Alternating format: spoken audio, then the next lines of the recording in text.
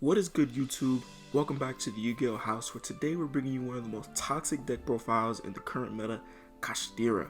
Although we are in a tier 0 format, this deck, which is definitely in its infancy as it gets even better support in Photon Hypernova, is one of the coolest decks that you can play right now at a rogue to tier 2 level.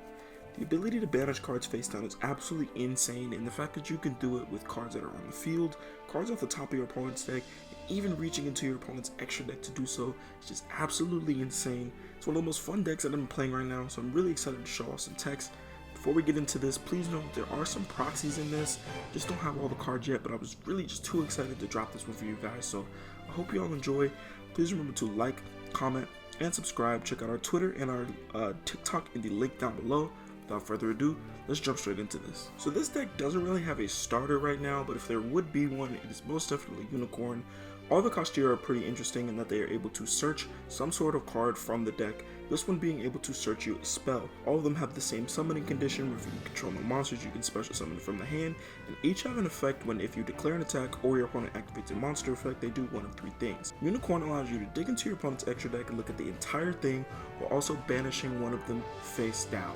Keeps people off of their Kit Kalos in the tier matchup, hitting the most important one of their big combo pieces, completely destroys rogue decks. This card's absolutely insane, and the fact that it searches birth just makes it that much better. Moving on, we of course have 3 copies of KASHTIRA Fenrir, which is one of the most broken staples in Yu-Gi-Oh right now. Everybody's really excited about this card, but this deck actually spams it out at a really high pace. The ability to search any other KASHTIRA, including itself if you want to thin the deck out, is really good, but that ability when it declares an attack to just banish another card on the field completely wipes your opponent's board. It's one of the best board breakers. It's definitely similar to Pankratops in many ways. The fact that this deck really spams it out is just super good. While Ogre is definitely the worst of the 3, it's really not that bad of a card. The ability to gain knowledge of your opponent's deck in terms of the top 5 cards, and even snipe one of their better cards that they're going to draw is really good. Whether it's a hand trap that you don't want to have to deal with on your follow-up plays, or even some sort of extender or key combo starter, being able to take that card and just say no, you can't have it is really strong. Although it obviously doesn't hit anything in the hand, the flexibility that this card brings, and even searching preparations, which is a really strong card in itself, this card is definitely necessary at 3 in the current build. So because this deck's full core of monsters is not really fleshed out, you have to run some really unique extenders in order to get into your rank 7 plays, and Astro Karibo is one of the best one, hands down. The ability to reveal any number monster and become that level is really clutch, as you get you into your Diablosis plays, or even something like a Big Eye if you're really hurting in the grind game. And then the ability to not be destroyed by battle or card effect is also super clutch. This is the one that I've opted to run at 3 since it's essentially free, and you don't have to worry about paying any life points like the Ascendant of Thunder. This deck doesn't really have a normal summon, but if there is one, it would definitely be Psybeast right now. This deck really likes their monsters to be banished face up in the banish zone because they can just bring them back, and Psybeast actually allows for some sort of cool combos with KASHTIRA Birth to get you into an extra rank 7. This card's pretty essential to end on a board that has 2 rank 7s or a rank 7 and a Zeus, where most hands are going to be ending on just that one, so super important card to the strategy. For your miscellaneous one-ofs, we have 1 Genix Ally Birdman, 1 Barrier Statue of the Stormwinds, and 1 Dino Wrestler Pankratops.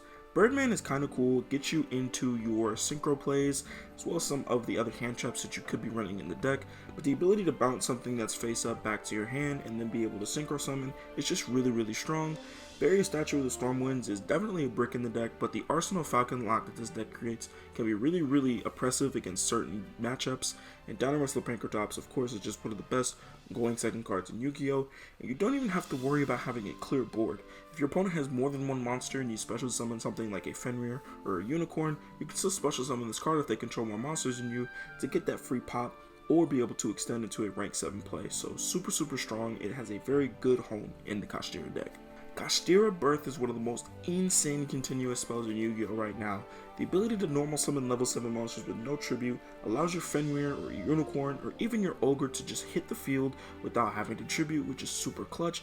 But again, with the Psybeast that I mentioned earlier, this card kinda combos, allowing you to special summon any non-Xyz KASHTIRA that's in your graveyard, or banished allows you to play under Dimension Shifter perfectly fine, as well as bring some stuff back from the graveyard if it's been destroyed. It does have a niche effect where you can banish 3 cards from your opponent's graveyard face down if they activate a spell, but it's not nearly as effective in a meta where things like the Yugioh or even the Ishizu cards exist where they can just shuffle those right back in. But against certain other strategies, some rogue decks that really want their stuff to be in the graveyard, it can definitely be a nice piece of disruption. So because this deck is super fragile, having some draw power to get into your blowout cards, your hand traps, and even your combo pieces is super important, and Sacred Sword of 7 stars is insane. This card allows you to banish a level 7 monster from your hand or face of field to draw 2. Pairing this with KASHTIRA Bird to just revive that monster essentially acts as an extender or under certain hands, and that is absolutely insane as well. The draw power this card gets you is just way too good not to be running it. Speaking of draw power, we are running 2 copies of Pot of Desires. While you do have some one-of monsters in this deck that can hurt to banish, you really don't care because your best monsters are your Astral Kuriboh as well as your KASHTIRA, and they're all being run at 3. For our one-of spells, we are on 1 Dimensional Fissure, 1 Called by the Grave, and 1 Gold Sarcophagus. Dimensional Fissure is absolutely gross, it shuts down tier, but this deck plays under it perfectly fine because again, you want your monsters to be banished. Called by the Grave is just one of the most necessary staples in Yu-Gi-Oh's history. You just really need this card against certain decks. Being able to hit something out of the graveyard is just way too important. And again, while having stuff like the Ishizu cards or even Yugiohs can definitely make this card not as good, it's still really strong, and I found it really good in the main deck. Gold Sarcophagus is basically just an extender, being able to put your Unicorn, Ogre, or Fenrir in the banner zone and revive it back with Birth. This card's absolutely insane. You don't really wait 2 turns to get the card back, you just summon it immediately. We are also running the KASHTIRA Preparations. Of course it's searchable, so it's really good. It has a quick effect to be able to special summon a KASHTIRA that's banished or in your hand, so again, being able to get stuff out of the banner zone is really key. And then if your opponent activates a trap card or effect while this card's face up, so you can't flip this face up and activate the effect in the same chain, you get to look at your opponent's hand and banish one card from your face down. Moving into our hand traps, we have 3 copies of DD Crow. This is definitely the most expendable hand trap of the lineup. This could be Effect Veiler, this could be Ghost Bell, or this could be Ash Blossom and Joy Spring. This still really hits the Tearlaments matchup and also hits some Sprite matchups as well. So hitting rogue decks as well as the 2 best decks in the format, I felt like DD Crow is still really valuable in this deck. Now I know everybody pretty much hates Dimension Shifter. It is a really toxic card, but this deck really gains value under it, maybe even better than Fluwandereeze. The fact that you can play under this card perfectly fine, and you actually kind of want to be playing under this card, makes it completely gross in this deck. It shuts down Tearlaments, it shuts down any deck that really wants to use the graveyard, and you're basically plussing off of this with something like KASHTIRA Preparations as well as KASHTIRA Birth. Our final hand trap is of course Infinite Impermanence, one of the best generic hand traps of all time. Definitely really good in this meta. There are definitely cards you need to be targeting with effect negation, and you can kind of play around with Shangri-Ira, the fact that it locks down zones, and maybe force your opponent to go into a zone that Infinite Impermanence is set in to really catch them off guard and negate those effects regardless. This card's super insane, and it has some cool quote-unquote combo plays with that card as well. For our final 2 cards, the biggest blowout that I felt I could run in the main deck was Evenly Matched.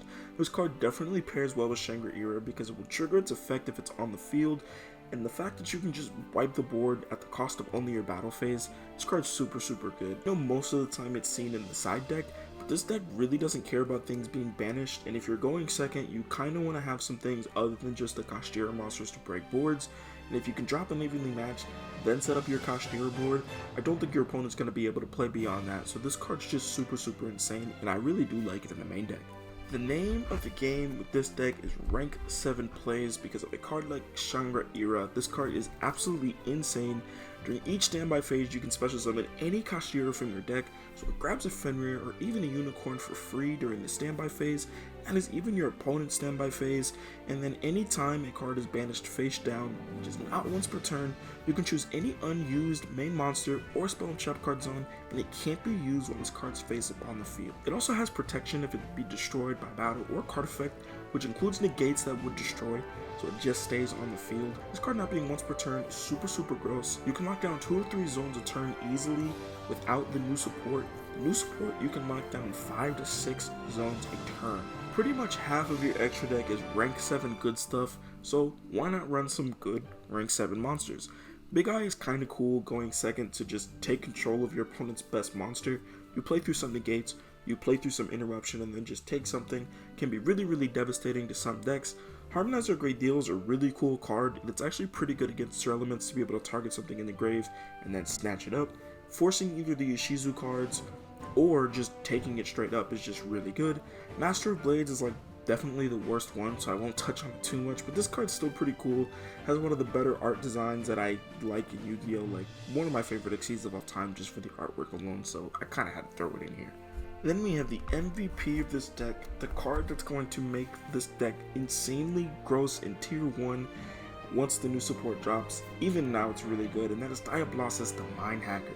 The ability to look at your opponent's extra deck already to gain knowledge is really good, which is something Unicorn does. But this card also banishes a monster from their face down, which also triggers the Shine Your Era to lock down a zone. But then it has a really nasty effect where if your opponent has any cards that are banished face down, you then banish cards from the top of your opponent's deck face down equal to the number of face down banished cards. Say they have 2 cards that are banished, once they banish the third, now they have to banish 3 cards off the top of their deck, which again triggers the Shine Your Era. We are running Arsenal Falcon in order to create the Barrier Statue of Stormwinds from our deck, and then Draco Sack just basically allows you to go into a free Link 3, as well as being able to target a card in the field and destroy it if you need to. It's a decent card, but both of these are definitely situational and you don't go into them that often, but they're still good cards in their own right. Then for our last 2 rank 7s, we have 2 of my favorite retrains of all time for 2 of my favorite monsters of all time, Red Eyes Black Dragon, and of course Dark Arm Dragon. We have Red Eyes Flare Metal Dragon, which is sort of a worse masquerade because it only happens on resolution, and then Dark Arm Dragon, the Dragon of Annihilation, actually becomes really potent once the new stuff drops, but it's already good now. The ability to target a card your opponent controls and destroy it is good, but banishing a card from your graveyard can actually somewhat allow you to plus if you have a birth on field, because say you have a stray Fenrir that's in the grave that you need to do something with, you can pop a card on the field, put that Fenrir in the banish zone, and then revive it back with birth. Dark Arm Dragon is just really good, and it's gonna really shine once a new support drops. And finally, we have the best XYZ monster probably of all time, the most generic XYZ monster ever, Zeus. Not really much to say about this card, everybody knows what it does. If you're running XYZ, especially in the amount that we are, you're pretty much going to want to have Zeus, it's just way too good. For our synchros, we are on Cheng Ying, Burrow on the Floor, and Ready Rush Dragon. All 3 of these are really strong. Birdman allows you to get into one of these 3. Cheng Ying is really ridiculous, especially considering you're banishing cards all the time, so it's triggering its effect all the time, and that's also just a really beefy body. Baron is really good for turn 1 boards if you just want to have that Omni negate, and then Ready Rose Dragon, just clearing your opponent's graveyard. It's definitely a little bit slow, and it's definitely the worst of the 3, but that effect alone can win duels against certain decks. Like, if you're playing at locals and you're playing more rogue strategies, like Ready Rose Dragon could be a complete blowout considering the graveyard's so important. So I figured I might as well throw it in here, plus it's secret rare, it's just too trippy not to have. And for our final extra deck monster, we have Bojinki Ahashima. This card's pretty cool, like, the ability to kind of, I don't know, cheat out an XYZ monster is really good. Of course you have some times where you're going to have KASHTIRAs that are dead in the graveyard. This card kind of allows you to utilize them to their full potential. Not really good outside of that, and honestly, even in testing, I have not gone into this card once, but there are definitely situations where I could see it could be valuable, so I figured you might as well throw it in here. But if you really want to max out on Diablosis and learn 2, maybe even 3 of that card because of how broken it is, I definitely understand, but Ahashima definitely adds some utility if you really need it. So that is going to do it for today's deck profile. I hope you all enjoyed. This deck ceiling is going to be taken to another level when Photon Hypernova drops. Definitely going to be picking that deck up, so be on the lookout in the coming months for that deck. Might even preview it on EDO Pro because of just how strong it is, but in its current state, this deck is still really formidable, a really cool road to tier 2 option that I hope you all enjoy, and even really hit Tearlaments. So I hope you all really enjoyed. Please remember to like, comment, and subscribe. Check out our Twitter and our Discord down below. Be on the lookout for even more bangers in terms of deck profiles. Everyone's welcome in Yu-Gi-Oh! House. Peace, y'all.